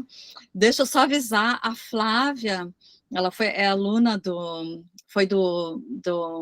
doutorado interdisciplinar da UFSC, ela está agora na Arábia Saudita, então ela está online aqui assistindo, ela pediu, né, para assistir a palestra, então só para avisar que tem gente bem de longe assistindo. Eu estou na Holanda, então tem uma plateia geograficamente bem situada aí. Que legal isso. E Flávia está bem tarde, né? Lá deve ser. Lá é de noite já, imagina. 5:30 da tarde. Aqui também já está quase, 1 hora menos. Mas então, Jacques, muitíssimo obrigado. Como a Isaura tinha falado, você está na gestão ali da pesquisa na reitoria, e eu imagino um trabalho bastante exaustivo, né? Então, eu quero agradecer de novo a tua presença aqui. Agradecer também pelo alguns aspectos que tu iniciou a tua conversa, que eu acho que foram muito importantes, que tu ressaltou, a questão da interdisciplinaridade. Claro que tem projetos que são muito focados, muito disciplinares, e nenhum problema quanto a isso, mas a grande parte das pesquisas mais promissoras, não só no Brasil, no mundo inteiro, elas têm essa riqueza que é o trabalho interdisciplinar, né? Então, achei bem importante tu ter ressaltado isso, de como é importante a gente ter uma rede de pesquisadores que trabalhem esses dados de um ponto de vista mais interdisciplinar. E segundo, a questão mesmo do uso dos grandes dados, eu não vou entrar especificamente na análise que tu fizeste da pesquisa, que eu achei super interessante, né, de você, da tua aluna, e da pesquisa maior, com a comparação da França, que eu não vou entrar na discussão específica das análises que tu fez, mas da questão metodológica, que é parte do seminário, que você usou com a questão tanto da rede social, do LinkedIn, né, e aí talvez depois a Isaura pode falar um pouco da experiência dela usando o Facebook também, que eu acho que tem muitos dados que podem ser analisados, e os dados oficiais que você está trazendo, esse do monitoramento de dados abertos do governo, não conhecia, então, super, do IBGE, todos esses dados, e atualmente, eu estou trabalhando com um aluno, o cruzamento dos dados do DataSUS para algumas doenças de notificação obrigatória com os dados das doenças em animais. Então, eu estou pegando os dados, por exemplo, da IPAGRE com o DataSUS, e a gente está tentando fazer cruzamentos. E, realmente, tem análises riquíssimas que podem ser feitas disso, e eu também quero reforçar o que você disse, né, que os dados estão aí, né, e a gente precisa abrir mais as ciências sociais, que é a área, basicamente, que está parte desse seminário hoje, para fazer as análises. A Secretaria de Saúde, eu tive conversando com o pessoal na Secretaria Municipal de Saúde de Florianópolis, eles me falaram, olha, a gente tem dados aqui, a gente precisa de alguém que analise isso. Então, assim, tem um filão de mercado, entre aspas, para ciências sociais, para ciências humanas, para trabalhar em cima desses dados, né, que são riquíssimos. Então, se por um lado também a gente tem esse monte de dados para serem analisados, a gente também tem um problema para conseguir alguns dados, às vezes, né? Eu lembro que, por exemplo, para conseguir dados na Ipagre, tem que conhecer alguém que, quando é muito localizado, você não consegue ter esse acesso a esses dados, aos microdados, porque está lá, você tem os dados gerais, mas alguns dados mais específicos, aí você tem que fazer um pedido, né? Eu acho que até eu me lembro que eu mandei para ti, para assinar junto, para pedir. E essa é uma coisa que, por exemplo, eu estou aqui na Holanda, eu acabei de marcar uma reunião com um gestor aqui do Serviço de Vigilância Epidemiológica da Holanda. Ele vai abrir as portas aqui para me mostrar. Na França também, eu fiquei uma tarde inteira, foi uma coisa assim muito fácil de entrar. E no Brasil a gente tem um problema com essa abertura das portas, né? Quer dizer, tem esses dados que estão lá, mas aqueles dados que são muito específicos, né? Os microdados, às vezes, então eu acho, né?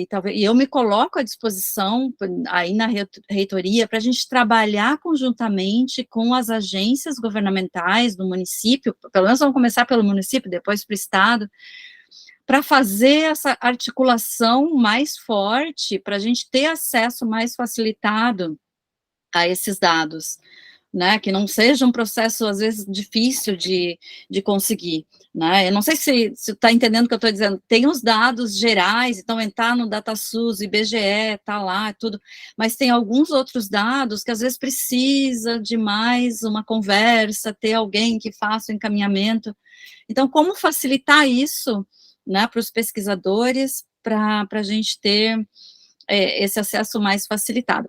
Bom, isso por um lado, se na Europa é mais fácil, no Brasil às vezes é complicado, precisa de um jeitinho e tal, por outro lado, na Europa, eles têm uma regulação muito forte com a questão do uso dos dados, né, você colocou muito bem ali, como na França, né, essa questão da ética nos usos de dados.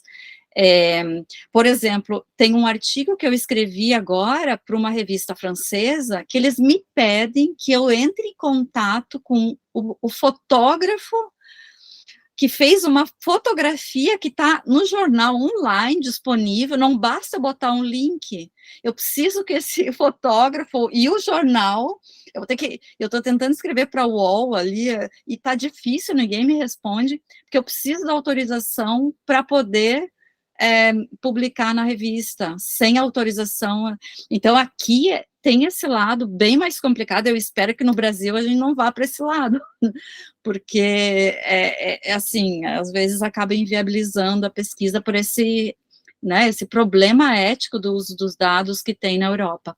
Enfim, falei demais, mas eu só queria, eu acho, Jacques, que a gente tem muita coisa para trabalhar junto, né, nessa questão interdisciplinar, de começar, né, aliás, quero te agradecer, porque tu colocou jornalistas junto num projeto da Mata Atlântica, o projeto ficou genial, e a gente vai fazer um trabalho com jornalistas para fazer não só a divulgação do conhecimento, mas o processo de construção do conhecimento. Então, jornalistas para ajudar a mostrar as coisas que não deram errada durante a pesquisa, e isso é importante para mostrar para a sociedade que ciência é um processo muito mais difícil, e por isso que ela tem que ser valorizada, né, mostrar o processo de construção do conhecimento científico, e tomara que dê certo esse projeto, né, mas tá aí mais uma coisa que foi viabilizada, né, pela tua ajuda aí com o pessoal do jornalismo. Bom, falei demais, não é uma questão específica que eu queria te colocar, mais ideias para a gente pensar futuramente. Não, tem um monte de questões bem específicas aqui, e eu acho que rendem uma ótima conversa. A Diana perguntou se a pesquisa da Andressa já está no repositório da UFSC, ela está embargada, tá? Como os textos, como estão saindo artigos no Brasil e fora do Brasil, a gente optou por embargar para facilitar a publicação. Mas se você quiser uma versão, só me escrever, que eu te mando a versão definitiva aqui, o PDF sem problema. Tá? Sobre as questões que Márcia menciona, eu gostaria de começar pelo tema da análise, justamente pela demanda social disso que nós estamos falando aqui. Para vocês terem uma ideia, você está absolutamente certa disso. Nós deveríamos ter a capacidade de formar pessoas para elas terem startups de análise de dados. Porque hoje a abundância de dados permite que os gestores públicos possam aferir com maior precisão aquilo que eles podem fazer, aquilo que eles devem fazer em termos de eficácia da política pública. Só que os gestores, a estrutura do Estado brasileira, ela é muito enxuta e ela não dá conta, os gestores não dão conta de fazer os estudos. Então, grande parte das coisas que a gente tem feito em termos de pesquisa aqui na universidade hoje é atender a necessidade do governo federal de ler dado para detalhar a política pública. A continuidade desse meu estudo sobre trabalho por conta própria é uma continuidade que tem dois braços. Um, no nível empírico, a gente vai testar, porque o que a gente descobriu com esse trabalho? A gente descobriu que, basicamente, não basta, para apoiar os negócios das pessoas da periferia, não basta você fortalecer economicamente o negócio, entendeu? Você pega, você dá apoio econômico, dá formação, dá capacitação para a pessoa, mas o negócio não cresce, porque operam sobre aquele negócio os vetores de discriminação de gênero, de raça, de classe, regionais, toda uma pista de desigualdades que constituem obstáculos ao desenvolvimento do negócio. Então, a hipótese que a gente tem é que é preciso, para que os negócios, para que a atividade econômica, na economia periférica, dessas pessoas, que a gente chama de trabalhadores sem patrão, possa prosperar, eles precisam, ao mesmo tempo que incrementam a atividade produtiva deles, combater o racismo, combater a desigualdade de gênero, assegurar o cuidado para as mulheres que são donas desses negócios, por exemplo. Então, nós vamos fazer, num primeiro plano, um projeto que eu estou tentando financiar com o Sebrae, é um projeto chamado Mães por Conta Própria, que é um projeto que vai pegar 100 mulheres que têm negócios e que têm filhos, são mães solo, nas periferias de Florianópolis, e vamos acompanhar durante 18 meses o trabalho delas, fazendo 5 coisas combinadas. Mobilização e articulação em rede entre elas, e delas com fornecedores, etc. Engajamento em atividades que permitam o enfrentamento das desigualdades estruturais, garantia do cuidado para que elas possam trabalhar tranquilas, os filhos, ou os pais, ou os avós que elas cuidam, vão estar bem tratados pelo Estado ou pela própria comunidade, e só então entram as duas dimensões próprias do mundo dos negócios. Um apoio direto, porque a gente sabe que esses pequenos negócios se beneficiam de algo pequeno que você já traz e já fortalece o negócio, já promove a qualidade de vida da pessoa, e depois que tudo isso está organizado, só então a formação. Hoje o Sebrae responde a esse tipo de necessidade só com a formação, e todo o resto fica de fora. E não dá certo, entendeu? Não é sustentável. Então, o primeiro plano dessa pesquisa, que aí a gente chegou a isso a partir da análise quantitativa que a gente fez ali, entendeu? Então, o primeiro plano é um plano de formulação de política. O segundo plano é continuar fazendo a análise dos Big Data, porque nós precisamos saber se a condição do mercado de trabalho está igual depois da pandemia, do que era quando a pandemia, o dado é de 19, então eu preciso atualizar o dado.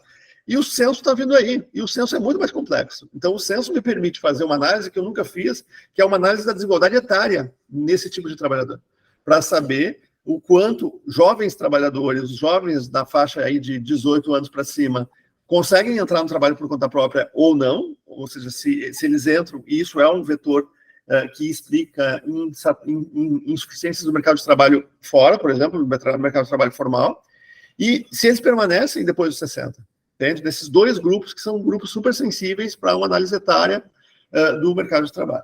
Então, assim, análise de dados tem muito mercado, entende? Tem muito mercado em empresas privadas, em órgãos públicos dos 3 níveis de governo.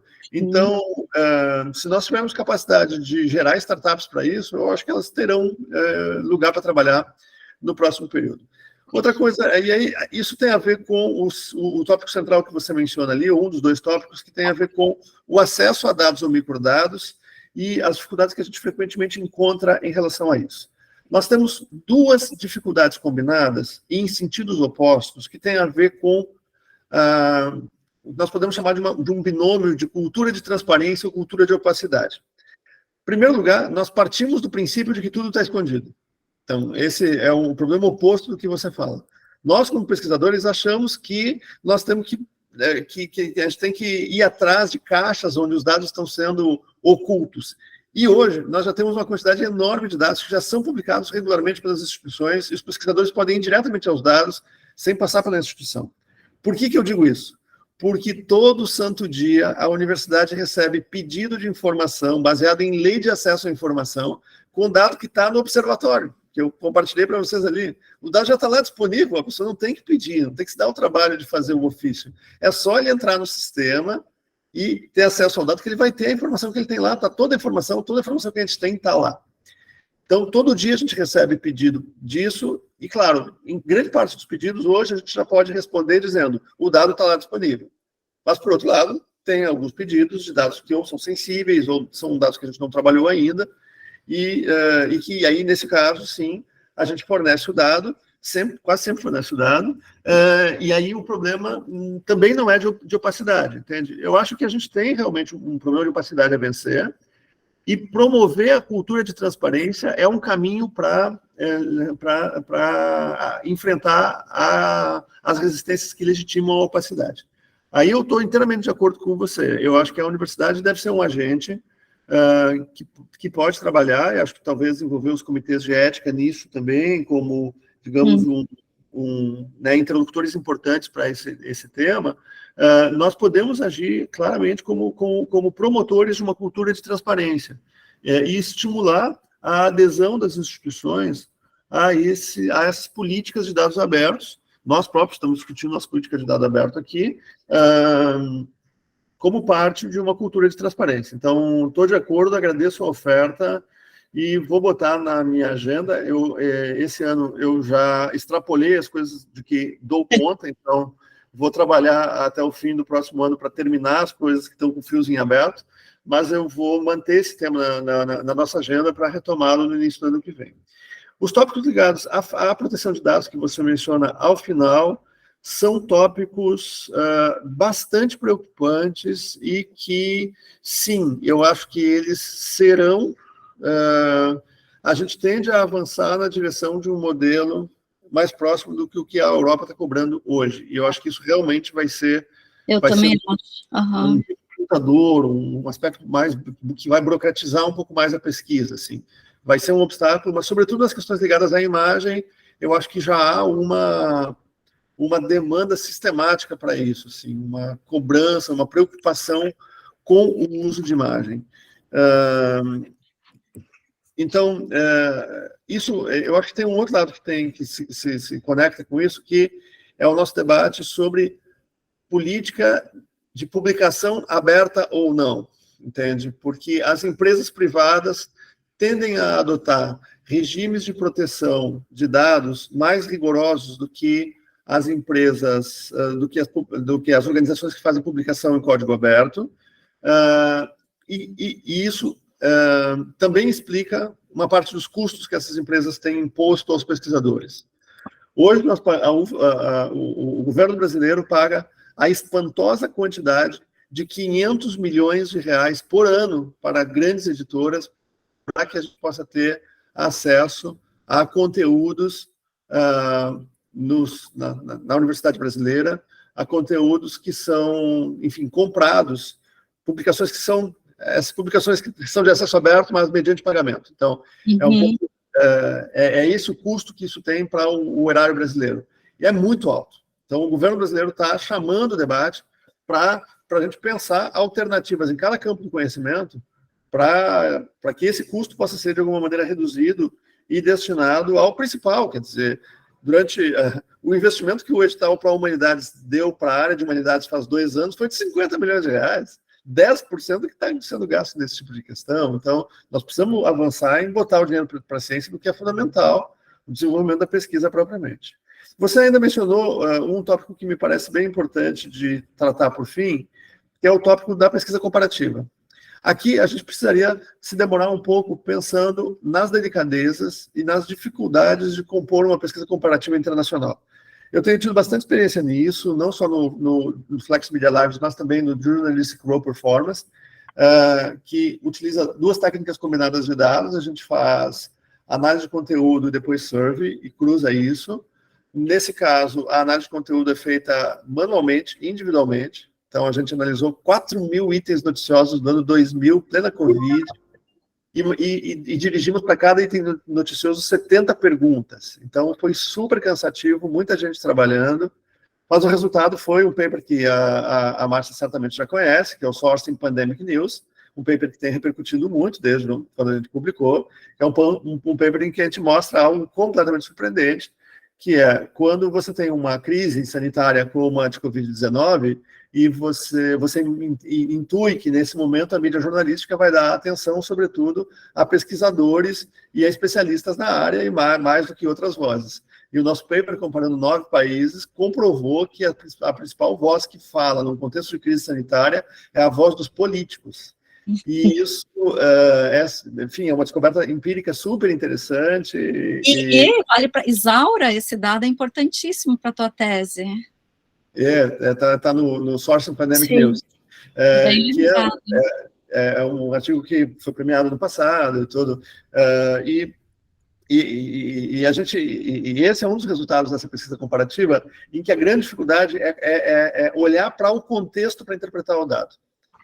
O Daniel Hallin trabalha nessa pesquisa, ele é o célebre autor de Comparing Media Systems, e ele me escreveu outro dia para dizer o seguinte: tem um pesquisador aí na Argentina que fez um interessante estudo, quantitativo também, sobre a presença da crítica ao populismo na mídia jornalística argentina. Ele faz um estudo que mapeia a presença desse vetor e ele apresenta a hipótese de que isso, digamos que o antipopulismo é um vetor mais explicativo do comportamento da mídia do que o paralelismo político, ou seja, a identificação do jornal com certo grupo ideológico específico. E aí ele me perguntou: estou escrevendo e quero saber se no Brasil essa explicação faz sentido. E eu disse: nenhum sentido, entende? Porque aqui o debate público sobre populismo é um debate restrito aos especialistas. E os jornais simplesmente não fazem uso do conceito de populismo para criticar nem Bolsonaro nem Lula, que em outras realidades políticas poderiam ser criticados por isso. E aí, claro, eu disse, por outro lado, eu também duvido da explicação disso no cenário argentino, porque me parece que o que os caras usam é populismo como um objeto para atacarem governos de esquerda que são populistas. Enfim, aí apresentei um outro problema. Mas, enfim, o aspecto da pesquisa comparativa que você menciona é super chave, porque o contexto muda tudo. E aí, como você compara, por exemplo, atividades profissionais num período como esse que a gente está investigando, que é um período de 40 anos, e em que acontece muita coisa diferente em países que têm trajetórias políticas distintas. E significados das coisas, como essa do populismo, que são diferentes, né? Exatamente. No caso do jornalismo, o próprio significado atribuído à profissão jornalista, que é diferente lá do que aqui. E isolar os jornalistas como grupo, como a gente isolou, não resolve o problema, porque a identidade profissional dos dois segmentos é diferente por conta dessa história de cada território, ali, do modo como os territórios se constituem. Então, quando a gente entrar no momento da análise, tudo isso a gente está levando em conta, a gente está construindo um mapa de indicadores contextuais para poder pensar esse desafio, e depois vamos botar os pesquisadores a trabalhar junto para tentar ler esse tema e tudo, enfim. É super desafiador. Eu diria que os desafios próprios da pesquisa de Big Data são intensificados quando você desloca ela para a pesquisa comparativa. Fundamentalmente era isso que eu queria dizer nesse aspecto, a isso que você me falou. Muito obrigada.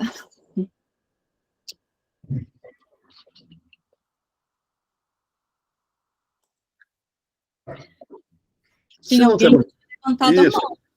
O que eu ia dizer aí, se temos questões, podem fazer, se não, podemos ir fechando também. Vamos lá, estou por vocês. Eu acho que tinha alguém que tinha levantado a mão, mas não sei se...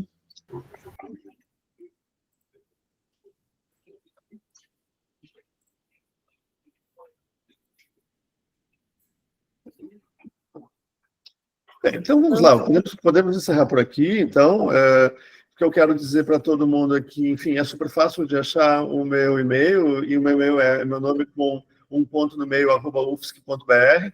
Quem quiser esclarecer perguntas específicas ligadas ao seu projeto de pesquisa, pode me mandar um e-mail. Eu posso demorar para responder, sem dúvida, mas eu respondo, entende?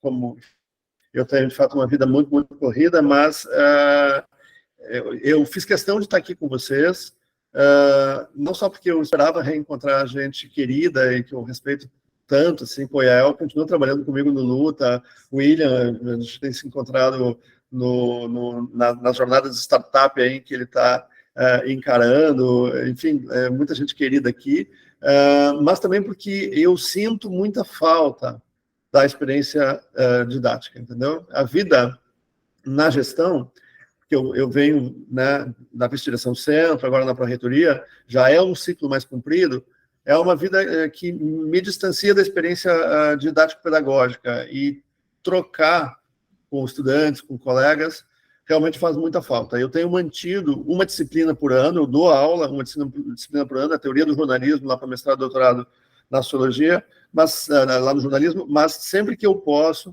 eu dou um jeito de estar junto e tal, e queria cumprimentar a Márcia e a equipe do Ecos e agradecer a Isaura pela organização. Eu acho que essa iniciativa foi bem legal, assim, era uma coisa que lá no programa e também no curso de Ciências Sociais eram coisas que viviam aparecendo nas disciplinas de metodologia, de epistemologia, e acho que a iniciativa de vocês responde super bem a isso. Eu tive muita satisfação de poder participar. E a gente, muita satisfação de te receber também, professor. Muito obrigada. Obrigado, gente. Até mais. Tchau, Flávia. Aproveita aí o outro lado do mundo. Obrigada. Tchau, tchau. Obrigada, Jax. Valeu. Tchau, tchau. Tchau, tchau.